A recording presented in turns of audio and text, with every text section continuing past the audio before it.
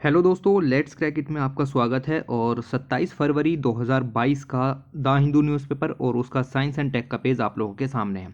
कुछ आर्टिकल सही हैं लेकिन सारे आर्टिकल अच्छे नहीं हैं। ओके, तो ये चीज़ें हम यहाँ पर देखेंगे, बाकी की प्लेलिस्ट यहाँ पर पड़ी हुई है। तो चलिए सीधे आर्टिकल्स की तरफ चलते हैं बिना टाइम वेस्ट किए। पहला आर्टिकल यहाँ पर निकल के आता है, लिखा हुआ है डिवास्टेशन इन स्प्रिंग। अभी डायनासोर्स के बारे में अलग अलग तरीके की स्टडीज़ यहाँ पर चल रही हैं, तो उसमें से ही एक स्टडी ए निकल करके यहाँ पर आती है। देखिए, आज से लगभग 65 मिलियन ईयर्स एगो अगर आप देखें तो एक मीटेोराइट इम्पैक्ट यहाँ पर हुआ था जिसका नाम था चिक्सुलूब मीटेोराइट इम्पैक्ट। ओके, आप इस इम्पैक्ट का सेंटर देखिए कहाँ पर पड़ा, तो ये आप देखेंगे कि मैक्सिको में ये आपको गिरता हुआ दिखेगा। ओके, तो ये क्रेटर यहाँ पर इसने इम्पैक्ट डाला, एक क्रेटर यहाँ पर क्रिएट किया और इसकी वजह से कहा जाता है कि इस मीटेोराइट इम्पैक्ट की वजह से मास एक्सटिंक्शन यहाँ पर हुआ था। मास एक्सटिंक्शन में 75% से ज़्यादा स्पीसीज नष्ट होनी चाहिए और ऐसा ही यहाँ पर आपको देखने के लिए मिला था कि इस मास एक्सटेंशन के बाद लगभग 75% से ज़्यादा स्पीसीज ख़त्म हुई थी। ओके, तो ये चीज़ आपको पता होनी चाहिए कि ये आपका मीटेोराइट इम्पैक्ट यहाँ पर हुआ था। अब इसने ही डायनासोर्स को भी यहाँ पर किल किया था, ये बात हम प्रूफ कर चुके हैं पहले भी। लेकिन यहाँ पर इस समय ये पता चला है कि जब ये इम्पैक्ट यहाँ पर हो रहा था उस समय स्प्रिंग जो सीज़न है वो यहाँ पर चल रहा था। जस्ट इतनी सी स्टडी हुई है कि उस समय स्प्रिंग सीज़न यहाँ पर चल रहा था। हमारे किसी काम की ये स्टडी यहाँ पर नहीं हो जाती, बट बस हमें ये पता होना चाहिए कि ये चिक्सुलूप क्रेटर क्या था, कहाँ इम्पैक्ट हुआ, कितने समय पहले हुआ, इसकी वजह से कौन सा मास एक्सटेंशन हुआ, ये सब बातें हमें पता होनी चाहिए। जस्ट हमने इन चीज़ों को यहाँ पर अपना ऑब्जर्व भी कर लिया है और इससे पोटेंशियल भी बहुत ही कम है क्वेश्चन आने का, तो ज़्यादा डिटेल में भी हमें यहाँ पर नहीं जाना है। ओके, स्टडी कैसे हुई, नॉट इम्पॉर्टेंट। ओके, क्या एविडेंस मिले, ये सब भी कुछ भी काम का नहीं है इसमें, बस इतना ही यहाँ पर आपको जानना था कि सीज़न जो है स्प्रिंग का चल रहा था, नॉट एट ऑल। ओके, दूसरा यहाँ पर आर्टिकल आता है जिसमें कंसेप्ट दिया गया है जिसका नाम है टाइम डायलेशन। ओके, ये जो कंसेप्ट है ये अल्बर्ट आइंस्टीन के द्वारा प्रेडिक्ट किया गया था। उन्होंने अपनी थ्योरी ऑफ जनरल रिलेटिविटी में इस कंसेप्ट के बारे में जानकारी यहाँ पर दी। इन्होंने क्या बताया, इन्होंने इस कंसेप्ट के अंदर ये बात साफ साफ कही कि अगर हम देखिए, the notion that two clocks under two different gravity pulls will always tick at different speed. Okay, तो ये बात इन्होंने कही कि अगर दो देखिए अलग अलग तरीके के ग्रेविटेशन फोर्स अगर हम किसी क्लॉक के ऊपर लगाएं, मान लो कि मैंने ये 2 क्लॉक्स हैं, इमेज के अंदर देखिए, ठीक है, इमेज के अंदर देखिए 2 क्लॉक्स हैं, मैंने इनको इस तरीके से एडजस्ट किया कि ये साथ में ही टिक करेंगे। मतलब जब 1 सेकंड यहाँ पर होगा तो दोनों की आवाज़ बिल्कुल सेम आएगी टिक करने की। ओके, इनको मैंने पृथ्वी से, देखिए पृथ्वी का ग्रेविटेशनल पुल होता है, पृथ्वी से मैंने इनको अलग अलग दूरी पर रख दिया। एक की दूरी ये रही, दूसरे की दूरी ये रही। ग्रेविटेशनल जो आपका फोर्स यहाँ पर होता है वो डिपेंड करता है दूरी के ऊपर। इस चीज़ को भी आप यहाँ पर याद रखिए। कैसे डिपेंड करता है नॉट इम्पोर्टेंट, वो फिजिक्स की डिटेल हो जाएगी। ओके, बस इतना याद रखो कि हाँ ये डिपेंड करता है। तो यहाँ पर ये ऑब्जर्व किया गया कि जब हमने इनको साइमल्टेनियसली आपका टिकिंग पोजीशन पर रखा था कि एक साथ टिक होंगी, तब ग्रेविटेशनल पुल अलग अलग लगने के कारण आपने देखा, इन्होंने ऑब्जर्व किया अल्बर्ट आइंस्टीन जी ने, इन्होंने कहा कि ये अलग अलग टिक होना शुरू हो जाती हैं। तो ये जो इनके बीच में ग्रेविटेशनल पुल के कारण अलग अलग तरीके का ग्रेविटेशनल पुल लगा, एक पास है एक दूर है। ओके, अलग अलग तरीके का ग्रेविटेशन पुल था। तो ये इन्होंने बताया कि ये जो हमने एक साथ समायोजित करके घड़ियां रखी थी, अब ये एक साथ टिक नहीं कर रही हैं ग्रेविटेशनल पुल के कारण। जस्ट इतना सा कंसेप्ट था। अगर कभी पूछ ली, बहुत ही मुश्किल है, टाइम डायलेशन क्या है, जस्ट एक डेफिनेशन दे देगा और 4 ऑप्शंस में से आपसे पूछ लेगा। ओके, तो ये चीज़ें मिलेंगी। इसकी एक तो डेफिनेशन ये हो गई और दूसरी यहाँ पर आपको मिल जाएगी, refers to the stretching of time intervals. ये थोड़ी फिजिकल डेफिनेशन है। Refers to the stretching of time intervals, मतलब जितना टाइम का गैप यहाँ पर होना चाहिए वो बढ़ जाता है। तो टिकिंग की जो उनके बीच में गैप है वो यहाँ पर बढ़ जाता है when moving at high speed और passing near an intense gravitational field. अब ये ग्रेविटेशनल फील्ड कह लो, ग्रेविटेशनल पुल कह लो, उससे कोई फर्क नहीं पड़ता। ओके, तो ये चीज़ें समझ में आई। इन्होंने ये दिखाया कि 2 tiny atomic clocks placed a millimetre away from each other another ticks at different rates. Okay, तो रेट्स जो हैं वो अलग अलग हो जाते हैं, ये बात इन्होंने बताई। इस चीज़ के ऊपर स्टडी पहले भी की जा चुकी थी, लेकिन अभी हमने सिर्फ 1 मिलीमीटर की दूरी पर रखे हुए के बीच में भी डिफरेंस यहाँ पर जान लिया। तो ये जो स्टडी है वो इसलिए सिग्निफिकेंट है कि हमने सिर्फ मिलीमीटर की दूरी पर ये चीज़ की। उसके बाद ये आ जाता है राइजिंग सी लेवल। देखो हमें पता है क्लाइमेट चेंज हो रहा है, ग्लेशियर्स पिघल रहे हैं, ओशियन टेम्परेचर बढ़ रहा है। ओके, उसकी वजह से आपके ग्लेशियर्स पिघलेंगे, तो सिंपल सी बात है सी लेवल राइज यहाँ पर होगा। तो ये स्टडी फिर से यहाँ पर हुई, इन्होंने प्री इंडस्ट्रियल लेवल के कुछ यहाँ पर कह सकते हैं कि आंकड़े उठाए और कंपेयर किए आज के आंकड़ों की तुलना में, और बताया कि भाई सी लेवल तो राइज होगा। ये बात तो हमें पता है, ये सब स्टडीज़ यहाँ पर चलती रहती हैं। इसमें कुछ और जाना निकाला होगा इन्होंने, फिर कुछ और निकाला होगा, सब नॉट इम्पोर्टेंट। ओके, इतना सब हमें नहीं जानना, सिंपल सी बेसिक थ्योरीज हैं, उनको हमें पता होना चाहिए। लिखा हुआ है माइंड म्यूजिक, नॉट इम्पोर्टेंट। उसके बाद लिखा हुआ है having enemies make you stronger, find से स्टडी ऑफ फ्लाइज। तो ये क्या है कि इन फ्लाइज पर यहाँ पर स्टडी हुई है, इन्होंने अलग अलग तरीके की फ्लाइज ली, यहाँ पर फ्रूट फ्लाइज ली, इन्होंने बैक्टीरियम लिए। ओके, इन सब पे इन्होंने ये जाना कि आपके जितने ज़्यादा एनिमी यहाँ पर होंगे उतनी ही आपकी फिटनेस यहाँ पर होगी। ओके, तो ये बात आपकी असल लाइफ में भी यहाँ पर वर्क करेगी। दुश्मन आपको मजबूत बनाते हैं, ये बात इसके अंदर यहाँ पर आपकी सिद्ध करने की कोशिश की गई है। इसके अंदर कैसे सिद्ध हुई, नोट इंपॉर्टेंट। जरा यूपीएससी का सिलेबस देखो, कहीं लिखा हुआ है कि इस तरीके की चीज़ें यहाँ पर पूछी जाएंगी, बिल्कुल नहीं पूछी जाएंगी। इसके अंदर किसी तरीके की कोई टर्मिनोलॉजी भी यूज़ नहीं की गई है जिसको देख करके यहाँ से कुछ क्वेश्चन निकलने के चांसेस बने, तो इसको हमें बिल्कुल इग्नोर करना है। हाँ, असली ज़िंदगी में आप इसको देख सकते हो, लेकिन एग्जाम पर्पज से नॉट इम्पॉर्टेंट। ये आर्टिकल सही है, ट्रीज ऑन फॉरेस्ट एज मिस grow faster than those inside. दो तरीके की चीज़ें यहाँ पर हुई हैं, दो स्टडीज़ इस आर्टिकल के अंदर में हुई हैं। पहली स्टडी ये बताती है कि अगर आप एक फॉरेस्ट के बगल में पेड़ उगाते हो और फॉरेस्ट से दूर पेड़ उगाते हो, तो जो फॉरेस्ट के बगल में आपने पेड़ उगाया, यानी कि फॉरेस्ट की एज पर जो ट्री उगाए हैं आपने, वो ज़्यादा तेज़ी से यहाँ पर बढ़ते हैं कंपेयर टू जो आपने बहुत दूर उगाए हैं। पहला स्टडी तो ये हुई है। दूसरी स्टडी ये हुई है कि आप यहाँ पर देखेंगे कि जो एक एक चीज़ होती है प्लांटेशन और फॉरेस्ट्री में फ़र्क होता है। फॉरेस्ट्री नेचुरल तरीके से होती है एक्चुअली, अगर हम इन जनरल बात करें, और जो आपकी प्लांटेशन होती है वो आर्टिफिशियली यहाँ पर की जाती है। ओके, अब जो फॉरेस्ट्री आपने यहाँ पर की, उसके अंदर प्रकृति यानी नेचर डिसाइड करती है क्या उगाना है, और प्लांटेशन के अंदर आप यानी ह्यूमन डिसाइड करता है कि क्या उगाना है। तो वो तो वही उगाएगा जो उसके लिए इकोनॉमिक बेनिफिट देगा। ओके, चाहे वो उसकी प्रकृति की कह सकते हैं कि सुटेबल हो या ना हो। ओके, तो ये दोनों के बीच में अंतर आपको यहाँ पर मिल जाएगा। इन्होंने ये भी बताया कि अगर आप प्लांटेशन करते हो तो उससे कोई फ़ायदा नहीं है, ना ही वहाँ पर कार्बन सिक्वेस्ट्रेशन होता है, और वो कंपेयर टू द फॉरेस्ट बहुत ही ख़राब होते हैं। ओके, तो ये चीज़ यहाँ पर इन्होंने डिस्कस की। जरा वन बाई वन पॉइंट्स को यहाँ पर देखने की कोशिश करते हैं। ये पहला पैसेज है, और इस पहले पैसेज में लिखा हुआ है क्या, एक is a tree in a forest is the same like एक ट्री आउटसाइड इट। ओके, एक फॉरेस्ट के बाहर पेड़ उगाना और एक फॉरेस्ट के अंदर पेड़ उगाना, क्या ये चीज़ सही है?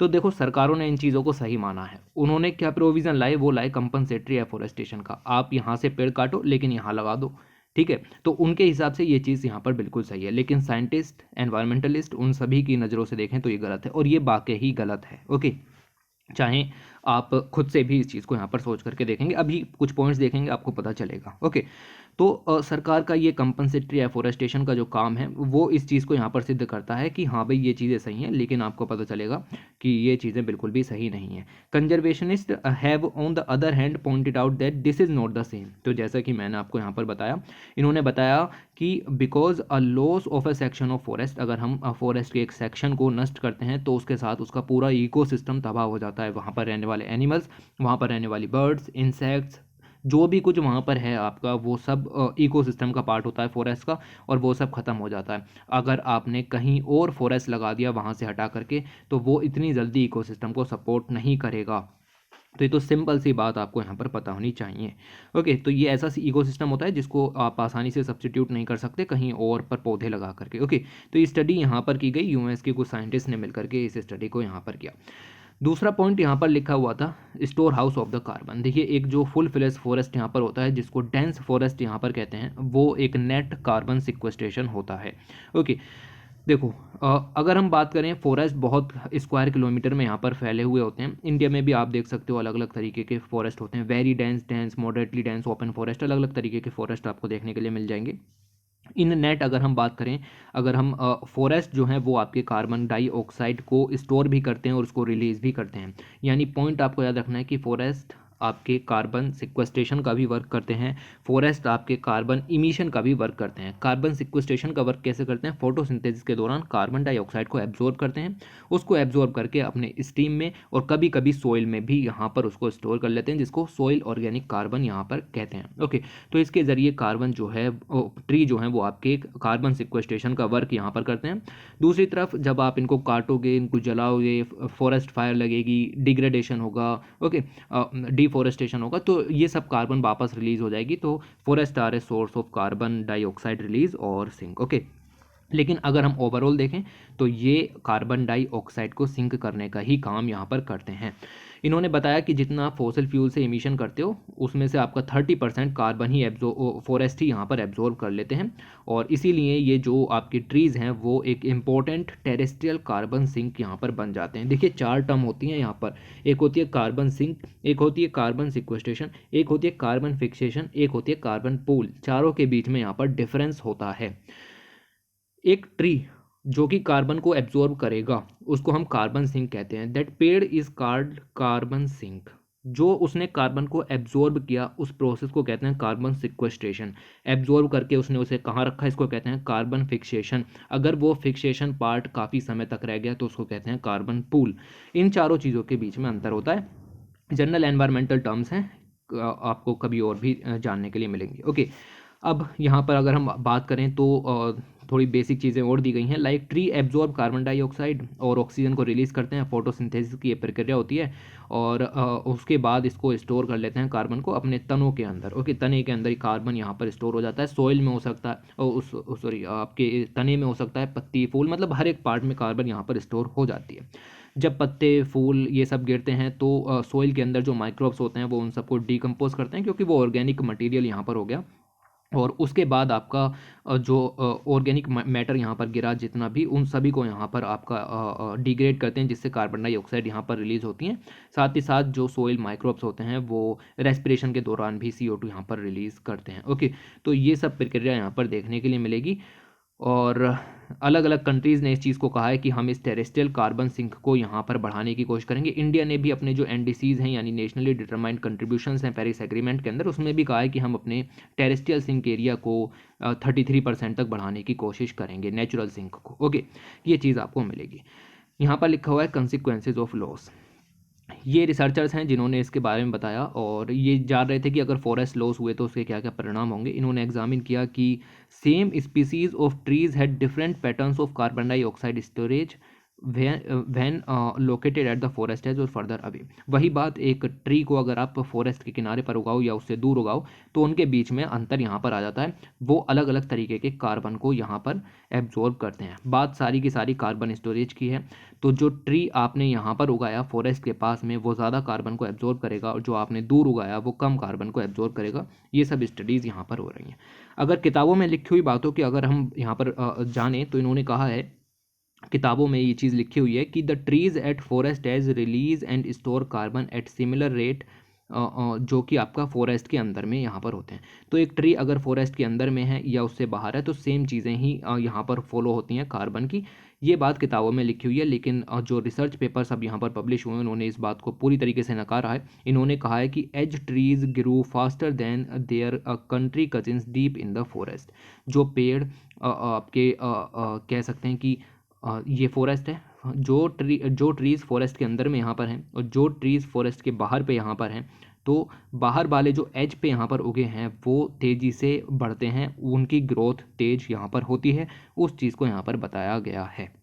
ओके, ये क्यों है इस चीज़ को डिस्कस करते हैं थोड़ा सा, कि ऐसा क्यों है कि फॉरेस्ट के अंदर में पेड़ आपका कम ग्रो करता है, जबकि फॉरेस्ट के बाहर में पेड़ आपका ज़्यादा ग्रो यहाँ पर करेगा। तो इस चीज़ को यहाँ पर बताया, और इन्होंने ये भी कहा कि they found trees on the edge grow nearly twice as fast as the interior tree, यानी 2 गुना तेज़ी से बाहर का पेड़ यहाँ पर बढ़ता है कंपेयर टू द अंदर का पेड़। ओके, ये आपको सिंपल भाषा में बता देते हैं। ओके, तो ये चीज़ें आपको देखने के लिए मिलेंगी। अब ये यहाँ पर होता क्यों है, तो इस चीज़ को देख लेते हैं कि किस तरीके से ये चीज़ें हैं।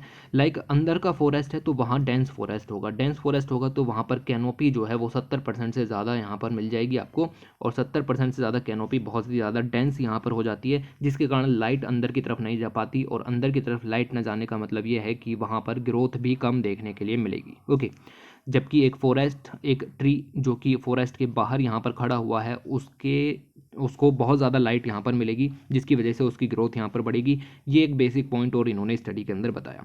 This is likely because the trees on the edge do not have competition with the interior forest, इसीलिए वो मोर लाइट यहाँ पर पाते हैं। इस पॉइंट को इन्होंने यहाँ पर डिस्कस किया, तो आपको ये ध्यान में रखना है। उसके बाद सोइल के बिहेवियर की भी बात यहाँ पर की गई है। एक दूसरी और स्टडी जो साथ में यहाँ पर हुई, इन्होंने पाया कि जो सोइल है फॉरेस्ट की यानी अंदर की, और जो सोइल है आउटसाइड की, अलग अलग तरीके से कार्बन डाइऑक्साइड को यहाँ पर रिलीज़ करती है। देखिए एक पॉइंट है, warmer temperature at the edge of the forest caused leaves and organic matter to decompose fast. Decomposition की एक शर्त होती है, टेम्परेचर जितना ज़्यादा होगा डिकम्पोजिशन उतना ही तेज़ यहाँ पर होगा।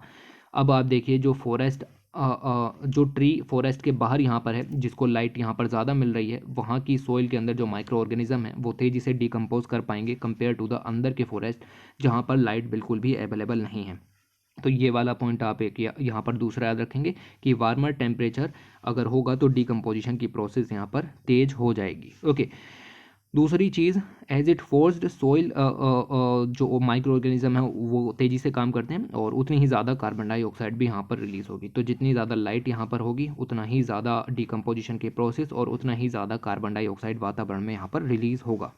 बट इन अर्बन फॉरेस्ट, ऐसे फॉरेस्ट जो अर्बन एरियाज़ में यहाँ पर आपको मिल जाएंगे, where the ground was significantly hotter, वहाँ पर आपकी ग्राउंड ज़्यादा हॉट होती है, ड्राई होती है, those soil stopped releasing as much as carbon they note in the press statement. Okay, तो अर्बन फॉरेस्ट्री के अंदर भी इस तरीके की कुछ स्टडी हुई जिसमें इन्होंने अलग अलग बातें बताई। बस बेसिक चीज़ें आप यहाँ पर ध्यान में रखो कि फॉरेस्ट के अंदर अगर एक पेड़ है और फॉरेस्ट के बाहर एक पेड़ है तो उसमें क्या मॉडिफिकेशंस देखने के लिए मिल सकते हैं, क्या क्या चेंजेस आ सकते हैं। ये चीज़ें इंडिया में भी सूटेबल हैं। इंडिया में अगर हम बात करें तो अब प्लांटेशन की बात यहाँ पर करते हैं। दो चीज़ों की बात की, अब प्लांटेशन की बात यहाँ पर कर लेते हैं। मान लो फॉरेस्ट को आपने क्लियर किया और कहीं और पेड़ लगा दिए तो उसको प्लांटेशन यहाँ पर कहेंगे। कंपनसेटरी रेफोरेस्टेशन इसका ही एक पार्ट यहाँ पर बन जाता है। Plants outside forest do not capture carbon efficiently and do not make the biodiversity loss. कहने का मतलब ये है कि जो आपने पेड़ों को काट करके दूसरी जगह पर प्लांटेशन यहाँ पर की है अपनी मर्जी से, वो कार्बन का सिक्वेस्ट्रेशन नहीं करते हैं। ओके, तो ये चीज़ें हैं। अभी अभी Indian state of forest report यहाँ पर रिलीज़ की गई 2021 फॉरेस्ट सर्वे ऑफ इंडिया के द्वारा। उन्होंने बताया कि जितना भी फॉरेस्ट कवर इन कंट्री के अंदर है उसका 28% जो फॉरेस्ट कवर है वो रिकॉर्डेड फॉरेस्ट एरिया से बाहर का है। तो रिकॉर्डेड फॉरेस्ट एरिया के बाहर जितना भी फॉरेस्ट कवर है वो लगभग 28% यहाँ पर मिल जाएगा। उसमें से 12% जो है वो बहुत ही ज़्यादा डेंस आपको मिल जाएगा और रिकॉर्डेड एरिया से बाहर है। ओके, तो ये चीज़ें आपको मिलेंगी। देखिए रिकॉर्डेड फॉरेस्ट एरिया वो एरिया होता है जो गवर्नमेंट रिकॉर्ड्स के अंदर रखा होता है। फॉरेस्ट कवर वो एरिया होता है जिसमें ट्री कैनोपी डेंसिटी 10% से ज़्यादा होती है और उसका एरिया 1 हेक्टेयर से ज़्यादा होता है। ठीक है, ये सब पॉइंट हैं इसी रिपोर्ट के अंदर से यहाँ पर निकल करके आते हैं। तो कुल मिला के हमें ये जानना है कि जो रिकॉर्डेड फॉरेस्ट एरिया है उसके अंदर जो फॉरेस्ट कवर है आउटसाइड, अगर हम देखें फॉरेस्ट कवर, ओके, तो एक फॉरेस्ट के बाहर फॉरेस्ट कवर यहाँ पर बढ़ता चला जा रहा है। ये बात इस रिपोर्ट के अंदर से यहाँ पर निकल करके आई है और ये बिल्कुल भी सही नहीं है क्योंकि इस स्टडी ने इस बात को साफ साफ बता दिया है। ओके, तो फॉरेस्ट कवर बिटवीन 2019-2021 अगर हम देखें तो आउटसाइड द रिकॉर्डेड फॉरेस्ट में ग्रोथ यहाँ पर देखने के लिए मिली है और ये चीज़ें मिलेंगी। इस पॉइंट को आप इग्नोर कर सकते हो। मैंने फॉरेस्ट कवर की डेफिनेशन अभी आपको बताई, 10% से ज़्यादा ट्री कैनोपी और 1 हेक्टेयर से ज़्यादा की लैंड पर जो भी फॉरेस्ट यहाँ पर हैं उन सभी को फॉरेस्ट कवर के अंदर काउंट किया जाता है। रोल ऑफ प्लांटेशन, देखिए प्लांटेशन और फॉरेस्ट्री में मैंने आपको अंतर बताया अभी। प्लांटेशन आप यहाँ पर करते हो अपनी मनमर्जी से और ह्यूमन इंटरफेरेंस वहाँ पर पूरी तरीके से देखने के लिए मिलेगा। इकोनॉमिक बेनिफिट के लिए ही आप उसको यहाँ पर करोगे। इन दोनों के बीच में यहाँ पर डिफरेंस है। इन दोनों के बीच में जो डिफरेंस है उसको हम यहाँ पर देखने की कोशिश करते हैं। स्टडी ये हुई, इन्होंने बताया कि जो प्लांटेशन आप यहाँ पर करते हो, मतलब फॉरेस्ट्री नहीं, प्लांटेशन जो आप यहाँ पर करते हो, deplete ground water, have higher surface water run off. तो प्लांटेशन के कारण ग्राउंड वाटर डिप्लीट होते हैं, सरफेस वाटर जो है वो रन ऑफ ज़्यादा होता है। उसके अलावा सॉइल इन्फिल्ट्रेशन पुअर होता है, मतलब सॉइल में जो पानी है वो नीचे तक नहीं जा पाता, जिससे कि वाटर टेबल में हिंडरेंस देखने के लिए मिलता है। उसके अलावा ये तीनों चीज़ें प्लांटेशन के कारण होंगी। अगर नेचुरल तरीके से फॉरेस्ट उग रहे हैं तो ये तीनों चीज़ें यहाँ पर नहीं होंगी। तो इन्होंने इस पॉइंट को यहाँ पर कहा। इन्होंने ये भी कहा कि कार्बन जो है वो प्लांटेशन एब्जॉर्ब नहीं कर पाते, लगभग 30 से 50% तक कम कार्बन कैप्चर कर पाते हैं। ये बात भी इन्होंने यहाँ पर बताई। अगर नेचुरली एवरग्रीन फॉरेस्ट होता तो ये सिचुएशन देखने के लिए नहीं मिलती। ओके, उसके बाद इन्होंने ये भी बताया कि the biggest loss is that the species dependent on the forest. जब आपने फॉरेस्ट को यहाँ पर क्लियर किया तो उसके साथ साथ उसका पूरा इकोसिस्टम यहाँ पर तबाह हो गया। जितनी भी स्पीसीज उस पर डिपेंडेंट थी वो सब भी अपना एक जो दूसरा नेचुरल हैबिटेट है वो प्लांटेशन के अंदर यहाँ पर नहीं ढूंढ सकती। इस चीज़ को भी यहाँ पर बताया। इन्होंने ये भी बताया कि प्लांटेशन जो है वो मोस्टली मोनोकल्चर यहाँ पर होती है। आप एक स्पेसिफिक तरीके की फसल यहाँ पर उगाते हो, ना कि नेचुरल तरीके से यहाँ पर ग्रोथ होती है। ओके, तो ये सब पॉइंट्स यहाँ पर निकल के आए। देखो बहुत बड़ी स्टडी यहाँ पर थी, इंपॉर्टेंट पॉइंट्स थे सारे के सारे। तो जितने भी पॉइंट्स थे उन सभी को देखना। एक ही आर्टिकल काम का था और वो तो कुछ सही से आप पढ़ लो, ठीक है। ये मिला।